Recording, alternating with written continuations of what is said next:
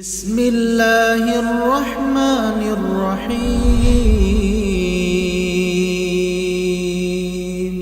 رب اشرح لي صدري ويسر لي امري واحلل عقدة من لساني يفقهوا قولي رب زدني علما رب زدني علما رب زدني علما. بسم الله الرحمن الرحيم. ألم نشرح لك صدرك ووضعنا عنك وزرك الذي أنقض ظهرك ورفعنا لك ذكرك فإن مع العسر يسرا إن مع العسر يسرا فإذا فرغت فانصب وإلى ربك فارغب. صدق اللہ العظیم. حضرات گرامی، نبی اکرم صلی اللہ علیہ وسلم سے محبت کرنا اور ان کی بات کو ماننا اور ان کے راستے پر چلنا، یہ اللہ کو مقصود اور رسول اللہ صلی اللہ علیہ وسلم کو بھی یہی مقصود ہے. چنانچہ اس وقت تک کوئی شخص رسول اللہ صلی اللہ علیہ وسلم سے محبت نہیں کر سکتا جب تک کہ وہ کچھ اسباب کو اختیار نہ کر لے. آج کا درس انہی اسباب کے اوپر ہے کہ وہ کون کون سے اسباب ہیں کہ جن کو ہم اختیار کر کے اپنے دل میں رسول اللہ صلی اللہ علیہ وسلم کی محبت کو زیادہ کر سکتے ہیں. یہی محبت ہے جنت میں لے جانے والی، یہی محبت ہے کلمہ طیبہ کا اقرار کروانے والی، یہی محبت ہے جو انسان کو اللہ اور اس کے رسول کے قریب کر دیتی ہے. تو وہ کون سے اسباب ہیں جن اسباب کی وجہ سے رسول اللہ صلی اللہ علیہ وسلم کی محبت ایک مومن اور ایک مسلمان کے دل میں گھر کر جاتی ہے؟ ان میں سب سے جو پہلی چیز ہے کہ رسول اللہ صلی اللہ علیہ وسلم سے محبت کرنا، اس کو فرض سمجھا جائے. اپنے دل میں، اپنے دماغ کے اندر یہ بات بٹھا لینی چاہیے ہر مومن مسلمان کو کہ رسول اللہ صلی اللہ علیہ وسلم سے محبت کر کے ہی انسان مومن رہے. اگر محبت رسول اللہ صلی اللہ علیہ وسلم سے نہیں ہے تو وہ مومن بھی نہیں ہے. یعنی رسول اللہ صلی اللہ علیہ وسلم سے محبت کی جو فرضیت ہے یہ ہر مومن مسلمان کو سمجھ جانی چاہیے. جیسے کہ صحیح بخاری میں حضرت ابو ہریرہ رضی اللہ عنہ فرماتے ہیں کہ رسول اللہ صلی اللہ علیہ وسلم نے فرمایا فوالذی نفسی بیدی، اس ذات کی قسم جس کے ہاتھ میں میری جان ہے، لا یؤمن احدکم، تم میں سے کوئی شخص اس وقت تک مومن ہو ہی نہیں سکتا. یعنی ایک شخص کلمہ پڑھتا ہے اور اپنے آپ کو مومن سمجھتا ہے تو رسول اللہ صلی اللہ علیہ وسلم کہہ رہے ہیں کہ اس وقت تک وہ شخص مومن ہو نہیں سکتا جب تک حتی اکون احب الیہ من والدہ و ولدہ، یہاں تک کہ مجھ سے اپنی آل اولاد، والدین اور بیٹوں سے زیادہ مجھ سے محبت نہ کر. گویا کہ یہ حدیث بتلاتی ہے کہ مومن انسان تبھی بنتا ہے جب اپنے بیٹوں سے اور اپنے والد سے بڑھ کر رسول اللہ صلی اللہ علیہ وسلم سے وہ محبت کرنے والا. اب ہر شخص خود اندازہ لگا سکتا ہے کہ میں اپنے بیٹے سے کتنی محبت کرتا ہوں اور اپنے والد سے کتنی محبت کرتا ہوں. کیا ان کی محبت میں رسول اللہ صلی اللہ علیہ وسلم کی محبت آڑے تو نہیں آ جاتی؟ کیونکہ ایک اور مقام پہ اللہ رب العزت فرماتے ہیں انما اموالکم واولادکم فتنہ، کہ مال اور اولاد تمہارے لیے فتنہ ہے. فتنہ کس اعتبار سے ہے؟ حضرت عثمان غنی رضی اللہ عنہ کے لیے تو مال فتنہ نہیں تھا، ہمارے لیے کیسے فتنہ ہے؟ اولاد تو انسان کو دنیا کے اندر بہت سہولتیں دیتی ہے، خاص طور پہ بیٹے ہوں، اور یہ اللہ رب العزت کا خاص کرم ہے جو کہ اللہ نے قرآن مجید میں بھی ذکر کیا ہے. تو پھر کیا وجہ ہے کہ یہ ہمارے لیے فتنہ بن جاتے ہیں؟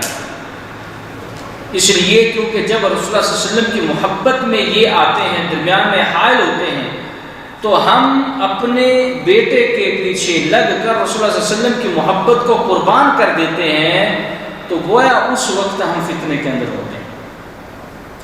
اسی طرح ایک دوسری حدیث ہے، حضرت امام مسلم رحمہ اللہ نے اسے اپنی کتاب میں ذکر کیا ہے۔ جناب انس رضی اللہ عنہ فرماتے ہیں اللہ کے نبی صلی اللہ علیہ وسلم نے فرمایا لا یؤمن عبد، کہ کوئی بندہ مومن نہیں ہو سکتا۔ پچھلی حدیث میں تو صرف 2 رشتوں کا ذکر تھا، باپ کا اور بیٹے کا، لیکن اس حدیث میں 3 چیزوں کا ذکر ہے اور بڑی وسیع حدیث ہے۔ آپ نے فرمایا کہ لا یؤمن عبد، کہ بندہ مومن نہیں ہو سکتا حتی اکون احب الیہ من اہلی، یہاں تک کہ اپنے اہل سے زیادہ مجھ سے محبت نہ کرے، ومالہ، اور اپنے مال سے زیادہ مجھ سے محبت نہ کرے، والناس اجمعین، اور تمام لوگوں سے بڑھ کر مجھ سے محبت اگر نہ کرے تو وہ بندہ مومن نہیں ہو سکتا۔ لا یؤمن عبد، وہ بندہ مومن نہیں ہو سکتا۔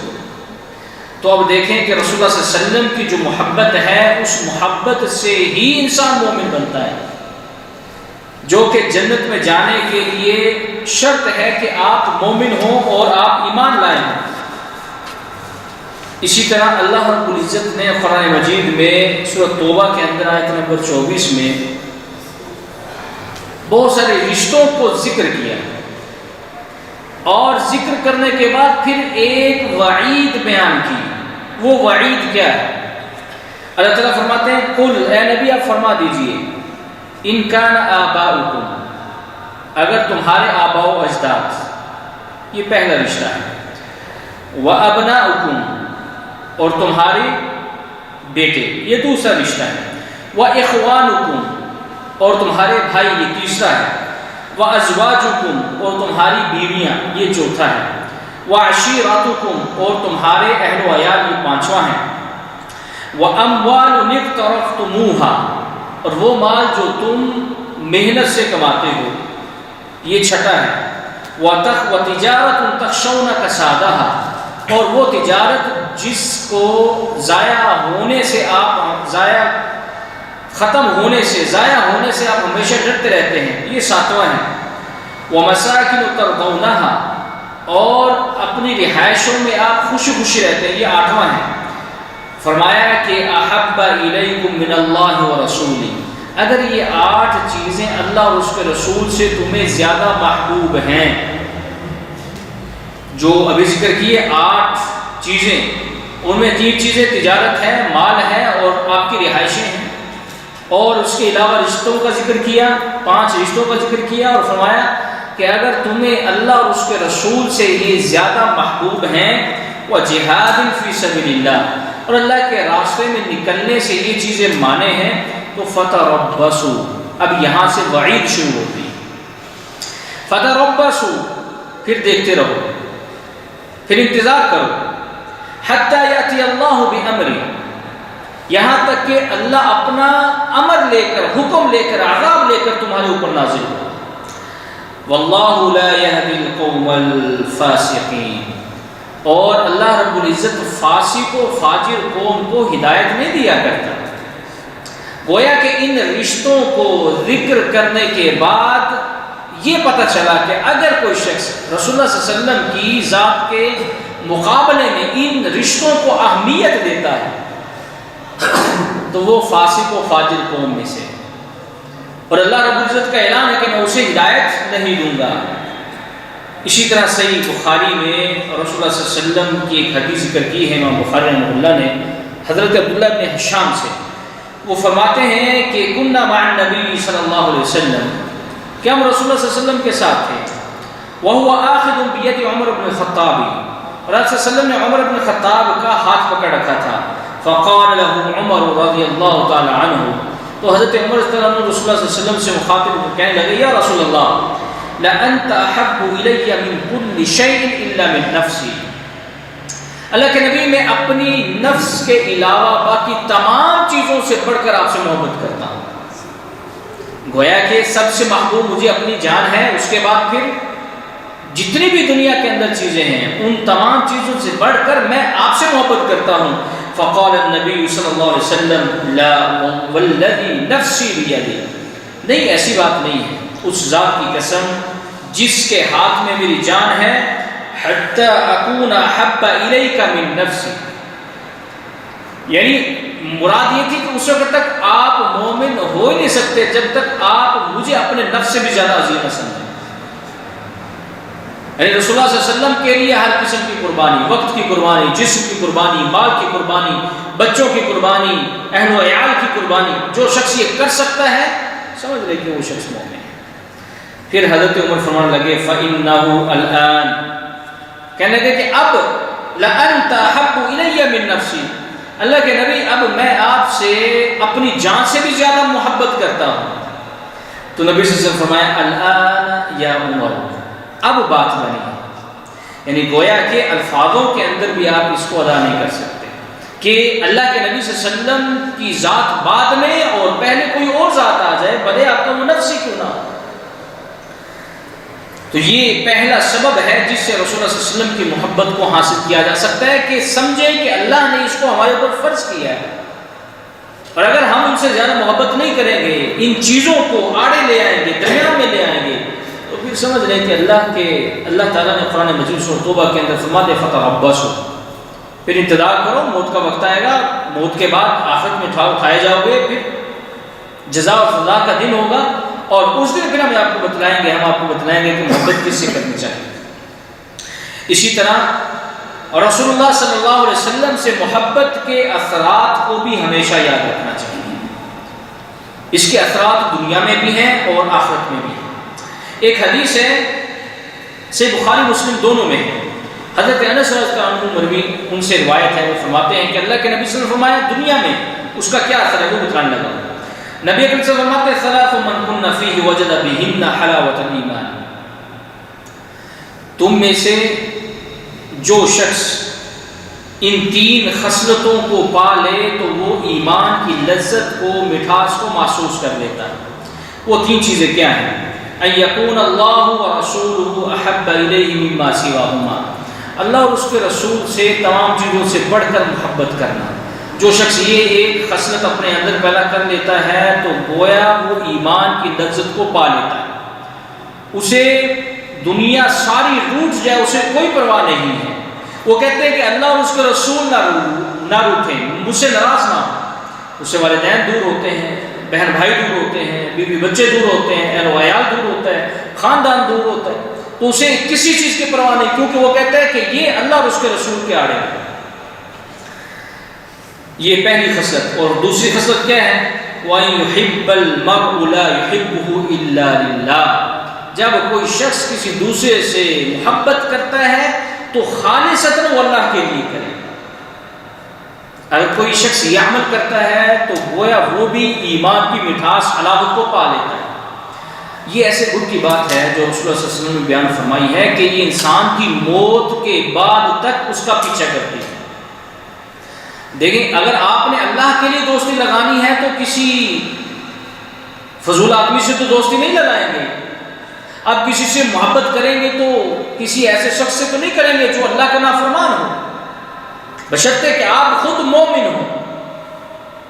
البغض للہ والحب للہ، بغض بھی اللہ کے لیے اور محبت بھی اللہ کے لیے۔ تو گویا کہ اگر آپ یہ قاعدہ اپنا لیتے ہیں اور ان لوگوں سے محبت کرتے ہیں جو اللہ والے ہیں تو لا محالہ آپ ان سے محبت کریں گے، کیونکہ اللہ نے اس کا حکم دیا کہ میرے دوستوں سے، میرے راستے پر چلنے والوں سے محبت کرو۔ تو کیا فرمایا کہ جو شخص اللہ کے لیے کسی سے محبت کرتا ہے اور وہ اللہ والا ہی ہوگا جس سے محبت کرے، اور آپ کے جنازے پر بھی وہی لوگ ہوں گے جو آپ کے احباب ہوں گے، آپ کے دوست ہوں گے۔ گانے بجانے والے جب مرتے ہیں تو ان کے جنازے پر گانے بجانے والے آتے ہیں، ہاں جی، کوئی عالم فوت ہوتا ہے تو ان کے جنازے پر علماء ہی آتے ہیں، کوئی مراسی مرتا ہے تو اس کے جنازے پر مراسی ہی آتے ہیں، ایک مول صاحب ہوتا ہے جو جنازہ پڑھا دیتا ہے۔ تو گویا کہ یہ گر کیا بتلاتا ہے کہ اگر آپ اس کو اپنا لیں تو آپ کی صحبت بھی درست ہو سکتی ہے، آپ کے دوست و احباب بھی درست ہو سکتے ہیں۔ اور تیسری کیا چیز فرمائی؟ وَإِن يَكْرَهُ أَن يَعُودَ فِي الْكُفْرِ كَمَا يَكْرَهُ أَن يَنْقَضَ فِي النَّارِ، کہ آپ کو اسلام سے پھرنا اتنا برا لگے جیسے آپ کو آگ میں ڈالنا برا لگتا ہے۔ اگر آپ کو کہا جائے کہ آگ میں داخل ہو جاؤ تو آپ جتنی کراہت محسوس کرتے ہیں، جس سے اسے ڈرتے ہیں، جس طرح اس سے بھاگتے ہیں، فرمایا کہ اسلام سے پھرنا تمہارے لیے ایسے ہی ہو جیسے تم آگ سے بھاگتے ہو۔ اگر یہ کوئی شخص کر لیتا ہے، یہ 3 چیزیں خصلتیں پا لیتا ہے، گویا کہ وہ ایمان کی مٹھاس کو، ایمان کی حلاوت کو، ایمان کی چاشنی کو وہ پا لیتا ہے۔ یہ ہے دنیا کے اندر ایمان کی لذت۔ اور آخرت میں کیا ہے؟ امام بخاری رحمہ اللہ نے، امام مسلم رحمہ اللہ نے بھی حضرت عبداللہ بن مسعود رضی اللہ عنہ سے یہ روایت کی ہے۔ وہ کہتے ہیں کہ جاء رجل الی رسول اللہ صلی اللہ علیہ وسلم، ایک شخص رسول اللہ صلی اللہ علیہ وسلم کے پاس آیا اور اس نے کہا یا رسول اللہ کیف تقول فی رجل احب قوما ولم يلحق بهم، اللہ کے نبی آپ اس شخص کے بارے میں کیا کہتے ہیں کہ جو کسی قوم سے محبت تو کرتا ہے لیکن ان کے مقام تک نہیں پہنچ سکا، یعنی کوئی شخص نبی کے مقام تک تو نہیں پہنچ سکتا، آج کا کوئی شخص صحابہ کے مقام تک تو نہیں کوئی پہنچ سکتا، تو وہ شخص آیا اور آ کر کہنے لگا اللہ کے نبی صلی اللہ علیہ وسلم سے کہ اللہ کے نبی اگر کوئی بندہ کسی قوم سے محبت کرتا ہے لیکن اس درجے تک نہیں پہنچ سکا تو وہ قیامت والے دن کہاں ہوگا، کس کے ساتھ ملے گا؟ تو آپ صلی اللہ علیہ وسلم نے فرمایا المرء مع من احب، آدمی اسی کے ساتھ آخرت میں ہوگا، قیامت والے دن ہوگا جس سے وہ محبت کرتا ہے۔ گویا کہ رسول اللہ صلی اللہ علیہ وسلم سے محبت ان تمام رشتوں سے بڑھ کے جو شخص کرتا ہے تو آخرت میں اسے اللہ کے نبی صلی اللہ علیہ وسلم کا ساتھ بھی ملے گا اور دنیا کے اندر وہ ایمان کی مٹھاس بھی پائے گا۔ اسی طرح اللہ کے نبی صلی اللہ علیہ وسلم سے محبت بڑھانے کا ایک سبب یہ ہے کہ آپ صلی اللہ علیہ وسلم کے احسانات کو کبھی فراموش نہیں کرنا چاہیے۔ ہم اور آپ تو اپنے بچوں کو بھول سکتے ہیں لیکن رسول اللہ صلی اللہ علیہ وسلم اپنی امت کو کبھی نہیں بھولے، وہ قیام میں ہو، وہ رکوع میں ہو، وہ سجدے کے اندر ہو، وہ جلوت میں ہو، وہ خلوت میں ہو، کبھی نہیں بھولے، ہمیشہ اپنی امت کو یاد رکھا، اتنا امت کو یاد رکھا اور اس کی اصلاح کے لیے اتنی تگ و دو اور کوشش اور محنت کی کہ اللہ رب العزت نے قرآن مجید میں رسول اللہ صلی اللہ علیہ وسلم کو کیا فرمایا؟ سنیے، لقد جاءکم رسول من انفسکم، فرمایا کہ تم میں سے ہم نے ایک رسول بھیجا جو تمہاری طرف بھیجا، عزیز علیہ ما عنتم، جب تم کسی مشکل میں ہو تو وہ اس کے اوپر یہ مشکل گراں گزرتی ہے کہ یہ میرا امتی ہے، اس نے مجھ پر ایمان لایا، یہ مجھ پر ایمان لایا، لیکن جب ان کے اوپر کوئی مشکل گراں گزرتی ہے، مشکل آتی ہے تو اس نبی کے اوپر وہ مشکل گراں گزرتی ہے۔ حریص علیکم، یہ نبی تو آپ کے لیے انتہائی زیادہ حریص ہے، بالمؤمنین رؤوف رحیم، اور مومنین سے تو بڑے شفیق اور نہایت رحم کرنے والے ہیں۔ تو گویا کہ جب رسول اللہ صلی اللہ علیہ وسلم سب سے بڑھ کر آپ سے محبت کر رہے ہیں تو ایک مومن کو چاہیے کہ وہ بھی تمام چیزوں سے بڑھ کر رسول اللہ صلی اللہ علیہ وسلم محبت کرے۔ ایک اور مقام پر رسول اللہ صلی اللہ علیہ وسلم کا احسان یاد دلاتے ہوئے اللہ تعالیٰ فرماتے ہیں فَلَعَلَّكَ بَاخِعٌ نَفْسَكَ، اے نبی آپ ان کفار کی پریشانی میں کیا اپنے آپ کو، اپنی جان کو ہلا کر دیں؟ یعنی آپ صلی اللہ علیہ وسلم اتنا پریشان رہتے تھے کہ یہ میری بات کیوں نہیں مانتے، یہ کیوں نہیں مجھ پر ایمان لے آتے، اپنے آپ کو جہنم سے کیوں نہیں بچا لیتے؟ تو اللہ نے فرمایا کہ اس پریشانی میں فَلَعَلَّكَ بَاخِعٌ نَفْسَكَ، کیا آپ اپنے نفس کو ہلا کر دیں گے، عَلَىٰ آثَارِهِمْ إِن لَّمْ يُؤْمِنُوا بِهَٰذَا الْحَدِيثِ أَسَفًا، اور ان کے ایمان نہ لانے پر آپ افسوس نہ کریں۔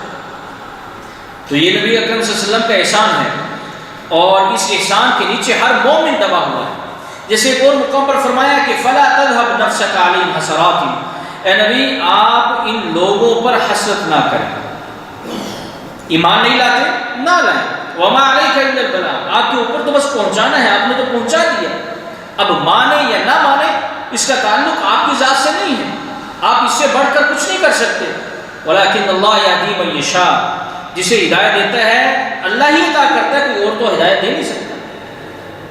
وَاللَّهُ إِنَّ اللَّهَ عَلِيمٌ بِمَا يَصْنَعُونَ، اور اللہ تعالیٰ جانتا ہے جو کچھ یہ کرتے ہیں۔ اللہ کے نبی صلی اللہ علیہ وسلم نے ایک بہت پیاری ایک مثال دی، امام مسلم رحمہ اللہ نے اسے اپنی کتاب میں جناب جابر رضی اللہ عنہ سے ذکر کیا۔ وہ مثال کیا ہے؟ رسول نے فرمایا مثلی ومثلکم کمثل رجل اوقد نارا، تمہاری مثال اور میری مثال ایک شخص کی طرح ہے جس نے آگ جلائی، فجعل الجنادب وفراش يقعهن فيها، اب اس آگ میں مچھر اور پروانے گر رہے ہیں، اور ایک شخص ہے کہ وہ یذبحون عنہا، اب وہ شخص خود سے روکتا ہے کہ مت گرو، صرف منہ سے، زبان سے، لیکن میں کیا کرتا ہوں، وانا آخذ بحجزکم عن النار، اور میں تو تمہاری کمر سے پکڑ کر جہنم سے، آگ سے دور ہٹاتا ہوں، وانتم تفلتون من یدی، اور تم لوگ میرے ہاتھ سے پھسلتے جا رہے ہیں۔ یعنی اس میں کیا مثال دی کہ ایک شخص نے آگ جلائی، اس کے اندر پروانے وہ گرتے ہیں، مچھر گرتے ہیں تو وہ جل جاتے ہیں، تو وہ شخص ہاتھوں سے اس کو دور کرتا ہے یا منہ سے اس کو سمجھاتا ہے، ہاں جی ہٹ جاؤ پیچھے، لیکن اس نے کیا فرمایا کہ میں تو تمہیں پکڑ کر جہنم سے دور کرتا ہوں، لیکن تم ہو کہ میرے ہاتھوں سے نکلے جا رہے ہیں۔ یہ رسول اللہ صلی اللہ علیہ وسلم کا عظیم احسان ہے۔ دیکھیے ایک اور حدیث ہے رسول اللہ صلی اللہ علیہ وسلم کی شفقت، عظیم شفقت کی، کہ آپ صلی اللہ علیہ وسلم دیکھیں ہم سے کتنا محبت کرتے تھے، لوگوں سے کتنا محبت کرتے تھے۔ آپ صلی اللہ علیہ وسلم نے فرمایا، حضرت ابو ہریرہ رضی اللہ عنہ فرماتے ہیں، صحیح بخاری کی حدیث ہے، آپ نے فرمایا کہ ما من مؤمن الا وانا اولى الناس به في الدنيا والآخرة، کہ تم میں سے کوئی شخص اس مومن دنیا میں یا آخرت میں سب سے زیادہ میرا اس کے ساتھ تعلق مضبوط ہے، یعنی نبی صلی اللہ علیہ وسلم اپنی طرف سے کہہ رہے ہیں، یعنی تالی جو ہے وہ دونوں ہاتھوں سے لگے گی، آپ محبت کریں گے تو پھر رسول اللہ صلی اللہ علیہ وسلم کی شفاعت بھی آپ کو ملے گی۔ تو آپ صلی اللہ علیہ وسلم نے فرمایا فَأَيُّمَا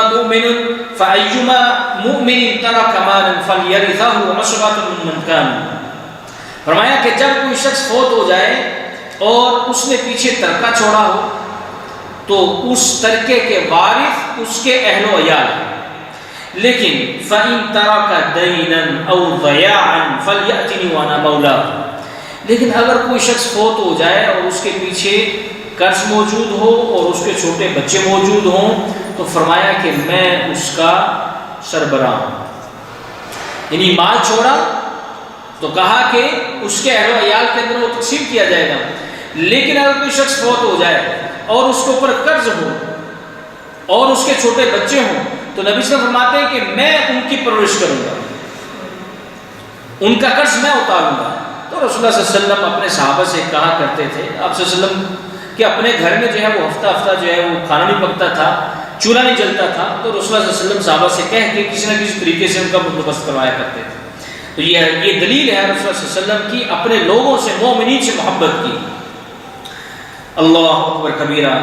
امام مسلم رحمہ اللہ نے ایک حدیث ذکر کی ہے جناب ابو ہریرہ سے اپنی کتاب کے اندر کہ رسول اللہ صلی اللہ علیہ وسلم فرمایا لِكُلِّ نَبِيٍّ دَعْوَةٌ مُسْتَجَابَةٌ يَدْعُو بِهَا، کہ ہر نبی کو اللہ نے ایک موقع دیا دعا کرنے کا، اور جب اس نے وہ دعا کی تو اللہ نے اس نبی کی دعا کو قبول کیا اور فرمایا کہ فَيُؤْتَاهَا وَإِنِّي اخْتَبَأْتُ دَعْوَتِي، اور جب مجھے اختیار دیا گیا کسی دعا کرنے کا تو میں نے کیا کیا کہ شفاعۃ لِأُمَّتِي یوم القیامہ، قیامت والے دن میں نے اپنی امت کی شفاعت کے لیے اپنی اس دعا کو محفوظ کر لیا۔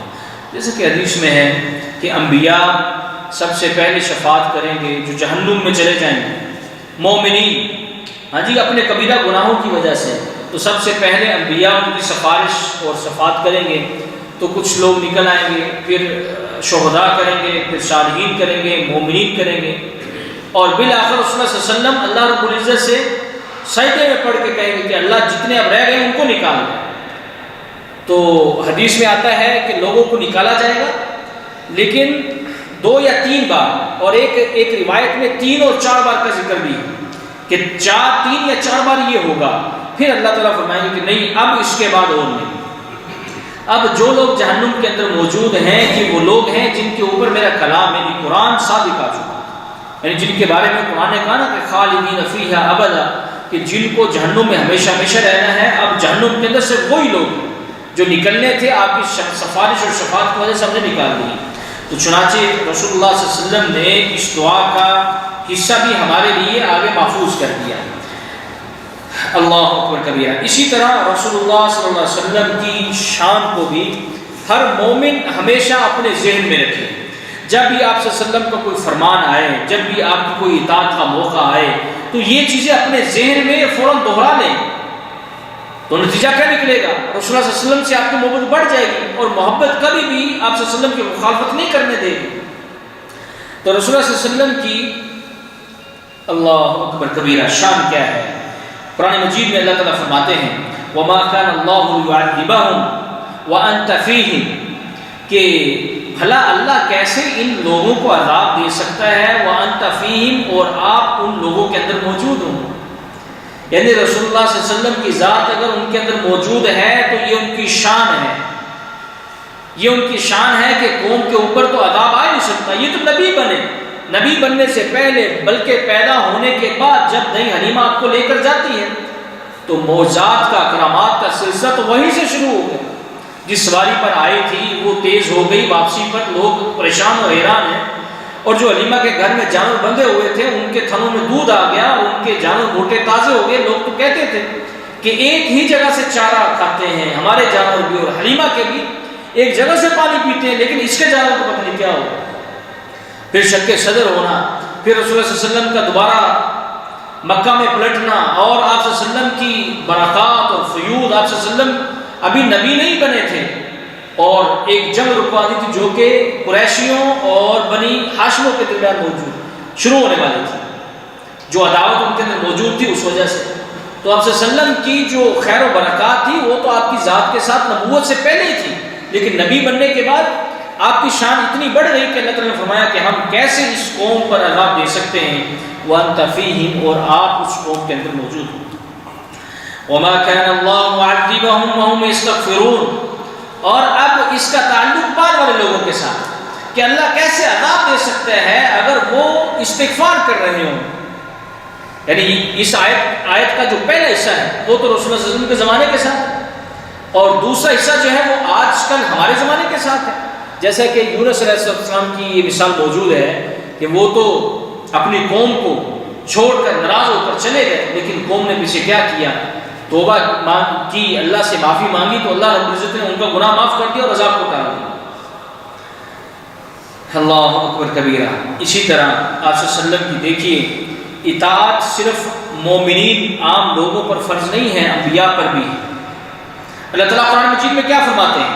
وَإِذَا أَخَذَ اللَّهُ مِيثَاقَ النَّبِيِّينَ، کہ جب اللہ نے وعدہ لیا نبیوں سے، کیا لیا؟ لَمَا آتَيْتُكُم مِّن كِتَابٍ وَحِكْمَةٍ، کہ ہم تمہیں کتاب دیں گے اور حکمت دیں گے، دو چیزیں۔ ثُمَّ جَاءَكُمْ رَسُولٌ، پھر آئے گا تمہارے پاس ایک رسول، مُصَدِّقٌ لِّمَا مَعَكُمْ، جو تمہارے پاس کتاب ہے، حکمت ہے، وہ اس کی تصدیق کرے گا۔ یعنی محمد رسول اللہ صلی اللہ علیہ وسلم لَتُؤْمِنُنَّ بِهِ، اگر تم زندہ ہوں تو ان کے اوپر تم ایمان لاؤ، وَلَتَنْصُرُنَّ، اور ان کی مدد کرنا۔ قَالَ أَأَقْرَرْتُمْ، اللہ کہتے ہیں، پوچھتے ہیں انبیاء سے مخاطب ہو کر، قَالَ أَأَقْرَرْتُمْ، کیا تم اس چیز کا اقرار کرتے ہو؟ یہ ہمارے اور تمہارے درمیان معاہدہ ہے، کیا اقرار کرتے ہو؟ وَأَخَذْتُمْ عَلَىٰ ذَلِكُمْ إِصْرِي، کیا اس کو اپنے اور میرے درمیان ایک معاہدہ مانتے ہو؟ قَالُوا أَقْرَرْنَا، تو تمام انبیاء نے کہا کہ ہم اس چیز کا اقرار کرتے ہیں۔ اب دیکھیں اس آیت کی ابتدا کیسے ہوئی؟ وَإِذَا أَخَذَ اللَّهُ مِيثَاقَ النَّبِيِّينَ، کہ اللہ تعالیٰ نبیوں سے میثاق، عہد اور معاہدہ کرتا ہے، اور یہاں پر کیا کہا؟ قَالُوا أَقْرَرْنَا، ہاں ہم اس چیز کا اقرار کرتے ہیں کہ اگر وہ ہماری زندگی میں آیا، لَتُؤْمِنُنَّ وَلَتَنْصُرُنَّ، ہم ایمان بھی لائیں گے اور اس کی مدد بھی کریں گے۔ قَالَ فَاشْهَدُوا، تو اللہ نے کہا پھر گواہ رہنا، وَأَنَا مَعَكُم مِّنَ الشَّاهِدِينَ، اور میں بھی تمہارے ساتھ گواہ ہوں، تم بھی گواہ میں بھی گواہ، ہمارے درمیان یہ معاہدہ ہو چکا کہ اگر یہ نبی آئے گا تو آپ نے اس کے اوپر اللہ اکبر کبیرہ۔ جیسے کہ رسول اللہ صلی اللہ علیہ وسلم ایک بار جا رہے تھے تو حضرت عمر فاروق ساتھ تھے، تو نیچے ایک تورات کا پیپر پڑا ہوا تھا تو وہ اٹھا کر پڑھنے لگے، یہ حدیث شاید آپ نے پہلے سنی ہو۔ تو رسول اللہ صلی اللہ علیہ وسلم کا چہرہ متغیر ہو گیا، تو صحابہ نے کہا حضرت عمر سے مخاطب ہو کے، دیکھیں نبی وسلم کا چہرہ تو دیکھیں کہ آپ صلی اللہ علیہ وسلم، تو حضرت عمر رضی اللہ عنہ بھانپ گئے کہ یہ جو تورات کا پیپر میں نے پڑھ رہا ہوں، اٹھایا ہے شاید اس لیے، تو کہنے لگے کہ رضیت باللہ ربا وبالاسلام دینا وبمحمد نبیہ۔ تو رسول اللہ صلی اللہ علیہ وسلم نے اس موقع پر کیا فرمایا؟ فرمایا کہ عمر، اگر یہ تو تورات کا پیپر ہے، ورقہ ہے، اگر موسیٰ علیہ السلام خود آ جائیں اس وقت تو لتبعنی، تو وہ میری اتباع اور پیروی کرے. گویا کہ انبیاء کی موجودگی میں رسول اللہ صلی اللہ علیہ وسلم کو مبعوث کر دیا جائے. جیسا کہ حضرت عیسیٰ علیہ السلام دوبارہ پلٹیں گے زمین پر، زمین سے اٹھائے گئے، زمین سے پیدا ہوئے، پھر ان کو موت دینے کے لیے زمین پر ہی ان کو اللہ رب العزت دنیا پر لائے گا، زمین پر لائے گا. تو ان کے بارے میں کیا آتا ہے کہ وہ بھی رسول اللہ صلی اللہ علیہ وسلم کے طریقے کے مطابق نماز بھی پڑھیں گے، نکاح بھی کریں گے، باقی معاملات بھی شریعت محمدی کے مطابق وہ کریں گے، کیونکہ یہ معاہدہ ہو چکا ہے. اور اللہ تعالیٰ مزید کیا فرماتے ہیں؟ فمن تولا. اب دیکھیں انبیاء کو ذکر ہے، جو شخص پھرے گا بعد ذلک فاولئک هم الفاسقون، اس کے بعد تو وہ شخص فاسقوں میں سے ہوگا. گویا کہ مومنین پر تو علی الاتم نبی اکرم صلی اللہ علیہ وسلم کی اطاعت فرض ہے. اسی طرح ایک اور مقام پر فرمایا من یطع اللہ من یطع الرسول فقد اطاع اللہ، جس نے رسول کی اطاعت کی گویا کہ اس نے اللہ کی اطاعت کی. اب یہ بھی رسول اللہ صلی اللہ علیہ وسلم کی شان ہے. ایک اور مقام پر فرمایا قل ان کنتم تحبون اللہ فاتبعونی، اگر تم مجھ سے محبت کرتے ہو، اللہ سے محبت کرتے ہو تو فاتبعونی، تو میری اتباع کرو، میری پیروی کرو. یحببکم اللہ، ملے گا کیا تمہیں؟ اللہ کی محبت. ویغفر لکم، اور تمہیں اللہ معاف کر دے گا. ذنوبکم، تمہارے گناہوں کو. واللہ غفور رحیم، اور اللہ تعالیٰ بخشنے والا ہے اور رحم کرنے والا ہے. ایک اور مقام پر فرمایا وَأَطِیعُوا اللَّهَ وَالرَّسُولَ لَعَلَّکُمْ تُرْحَمُونَ، اللہ اور اس کے رسول پر ایمان لاؤ تاکہ تم پر رحم کیا جائے. یعنی رحم اس کے اوپر ہوگا جو اللہ اور اس کے رسول پر ایمان لاتا ہے. ایک اور مقام پر فرمایا سورہ نساء کے اندر وَمَن يُطِعِ اللَّهَ وَرَسُولَهُ، جو اللہ اور اس کے رسول کی اطاعت کرے گا، دونوں کو جمع کر دیں، اللہ کی اطاعت اور رسول کی اطاعت جو کرے گا. فَأُولَٰئِكَ مَعَ الَّذِينَ أَنْعَمَ اللَّهُ عَلَيْهِم مِّنَ النَّبِيِّينَ، وہی لوگ انہی لوگوں کے ساتھ ہوگا جن پر اللہ نے انعام کیا. من النبیین والصدیقین والصالحین والشہداء وحسن اولئک رفیقا، اور فرمایا کہ یہ بہت ہی اچھا ساتھ ہے. رسول اللہ صلی اللہ علیہ وسلم کی شان دیکھیے. اللہ تعالیٰ قرآن مجید میں فرماتے ہیں وَرَفَعْنَا لَكَ ذِكْرًا، وَرَفَعْنَا لَكَ ذِكْرًا، ہم نے آپ کا ذکر بلند کیا. اور اسی کو اللہ رب العزت نے ایک اور انداز میں سورہ کوثر کے اندر ذکر کیا اِنَّا أَعْطَيْنَاكَ الْكَوْثَرَ فَصَلِّ لِرَبِّكَ وَانْحَرْ إِنَّ شَانِئَكَ هُوَ الْأَبْتَرُ. اے نبی، آپ کی شان تو بہت عظیم ہے، بہت بلند ہے، اور جو آپ کو گالیاں دیتے تھے، جو آپ کی مخالفت کیا کرتے تھے، جو آپ کے راستے میں روڑے اٹکاتے تھے، جو آپ کو دعوت چھوڑنے پر مجبور کرتے تھے، هُوَ الْأَبْتَرُ، وہ ہے نسل کٹا. اب اس کی نسل نہیں. رسول اللہ صلی اللہ علیہ وسلم کے جو بچے تھے، اولاد آل اولاد تھی، آل اولاد سے بڑھ کے اللہ رب العزت نے ایسے صحابہ دیے، ایسے ساتھی دیے جنہوں نے اسلام کو پوری دنیا کے اوپر غالب کر دیا. اللہ اکبر کبیرہ. اسی طرح اور بھی بہت ساری چیزیں ہیں جو رسول اللہ صلی اللہ علیہ وسلم کی شان پر دلالت کرتی ہیں. جیسے آپ صلی اللہ علیہ وسلم سب سے پہلے قبر سے اٹھیں گے، سب سے پہلے جب دوسرا سور پھونکا جائے گا سب سے پہلے حضرت اسرافیل ہوش میں آئیں گے، اور اس کے بعد رسول اللہ صلی اللہ علیہ وسلم. اور اسی طرح رسول اللہ صلی اللہ علیہ وسلم سب سے پہلے شفاعت کریں گے، شفاعت کبریٰ. اور اسی طرح جنت کا دروازہ کھلوانے والے بھی محمد رسول اللہ صلی اللہ علیہ وسلم، بلکہ ان کی شان اتنی ہے، ان کے اوپر ایمان لانا اتنا یعنی شان کا حامل ہے، عزت و توقیر ہے کہ باقی امتوں سے پہلے ہم جنت کے اندر جائیں.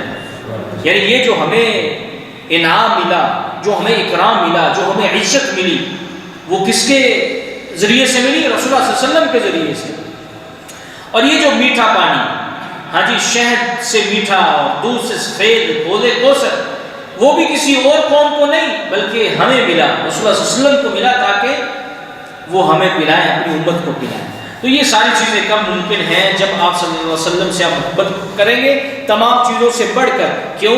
کیونکہ حدیث ہے صحیح بخاری کی ہے، حدیث رسول اللہ صلی اللہ علیہ وسلم فرمایا کہ جب میں حوض کوثر پر ہوں گا تو کچھ لوگ آئیں گے، ان لوگوں کو مجھ سے دور ہٹا دیا جائے گا، تو میں کہوں گا کہ یہ تو میرے ساتھی ہیں، مجھے ماننے والے ہیں، میرے امتی ہیں. تو اللہ فرمائے گا کہ نہیں، آپ کے امتی نہیں، یہ آپ کے ساتھی نہیں. آپ کو نہیں پتا کہ آپ کے جانے کے بعد ان لوگوں نے اس دین کے اندر کیا کیا نئی بدعات کا اضافہ کر دیا. ہاں جی، ابھی ربیع الاول کا مہینہ چل رہا ہے نا، تو 12 ربیع الاول گزری ہے، تو کئی جگہ پر عید کی نماز پڑھی گئی، عید میلاد النبی. اور ایک مولوی صاحب کو میں نے سنا، وہ کہہ رہا تھا کہ اس عید کے دوسرے دونوں عیدوں سے زیادہ فضائل موجود ہیں. یعنی اس عید کے یہ عید زیادہ فضیلت والی باقی دو عید سے، نعوذ باللہ من ذالک۔ یعنی دین کے اندر ایک اضافہ کیا تو آپ کو پھر اور 1000 اضافے کرنے پڑے۔ اب نماز آ گئی، قربانی ہے، لوگ نئے سوٹ سلواتے ہیں اور بڑے ذوق اور شوق کے ساتھ جاتے ہیں، تو یہ ساری چیزیں بدعت نہیں تو کیا ہے؟ وہ وقت ان قریب آنے والا ہے جس وقت میں لوگ یہ قربانی اللہ کے لیے نہیں بلکہ رسول اللہ صلی اللہ علیہ وسلم کے لیے کریں، وہ وقت آنے والا ہے، کیونکہ شیطان ایسے ہی محنت کرتا ہے۔ ہاں جی، وہ حضرت عبداللہ بن مسعود، حضرت عبداللہ بن عباس رضی اللہ عنہ کی حدیث کہ دنیا کے اندر پہلے تو شرک نہیں تھا، شرک تو بعد میں آیا، لیکن اس شرک کے پیچھے کیا تھا؟ شیطان کی لمبی جد و جہد کوشش تھی، 4 نسلوں میں اس نے محنت کی، پھر جا کر ان کو اس ڈگر پر اور اس راستے پر لگا دیا کہ اللہ کے وہ اتنے دور ہو گئے کہ اللہ رب العزت کو پھر رسولوں کا ایک تسلسل جاری کرنا پڑا۔ حضرت نوح علیہ السلام آئے، پھر حضرت ادریس علیہ السلام آئے، حضرت صالح علیہ السلام آئے، سمود علیہ السلام آئے، یہ پھر اللہ رب العزت نے ایک لمبا سلسلہ انبیاء کا شروع کیا تاکہ لوگوں کو جا کر سمجھائیں، بتلائیں کہ نہیں، خالق و مالک تو ایک ہے۔ ہاں جی، اس کے ساتھ کسی کو شریک کرنا، کسی کو ساتھ ملانا وہ تو جائز اور درست نہیں ہے۔ جب اس نے پیدا کیا اور اس نے آپ کو کھلایا پلایا بڑا کیا، اور آج آپ کہیں کہ ہمیں کھلاتا مدینے والا ہے اور مدینے والے کے در پہ کیسے کھانا کم ہو سکتا ہے، یہ تو الفاظ صریحاً شرک پر دلالت کرتے ہیں، اور یہ لسانی شرک ہے۔ لوگ سمجھتے ہیں شاید سجدہ کرنا شرک ہے یا شاید رکوع کرنا شرک ہے، زبان سے بھی شرک ہوتا ہے، دل سے بھی شرک ہے۔ کیوں؟ دلی عبادات ہیں، جیسے کسی سے ڈرنا، ہاں جی، یہ ڈر، خوف، ذالک لمن خشی ربہ، یہ جنت کس کے لیے؟ جو رب سے خشی ہو گیا، یعنی شدید ڈر گیا۔ تو گویا کہ ڈر عبادت ہے، اور یہ عبادت اگر غیر اللہ کے لیے کی جائے تو وہ شرک نہیں تو کیا ہے؟ اللہ تعالیٰ سے دعا ہے کہ وہ ہمارے دلوں میں رسول اللہ صلی اللہ علیہ وسلم کی محبت کو اجاگر فرمائے اور ان کے سچے متبع بنائے اور ان کے راستے پر چلنے کی توفیق عطا فرمائے۔ سبحان ربک رب العزت عما یصفون وسلام علی المرسلین والحمد للہ رب العالمین۔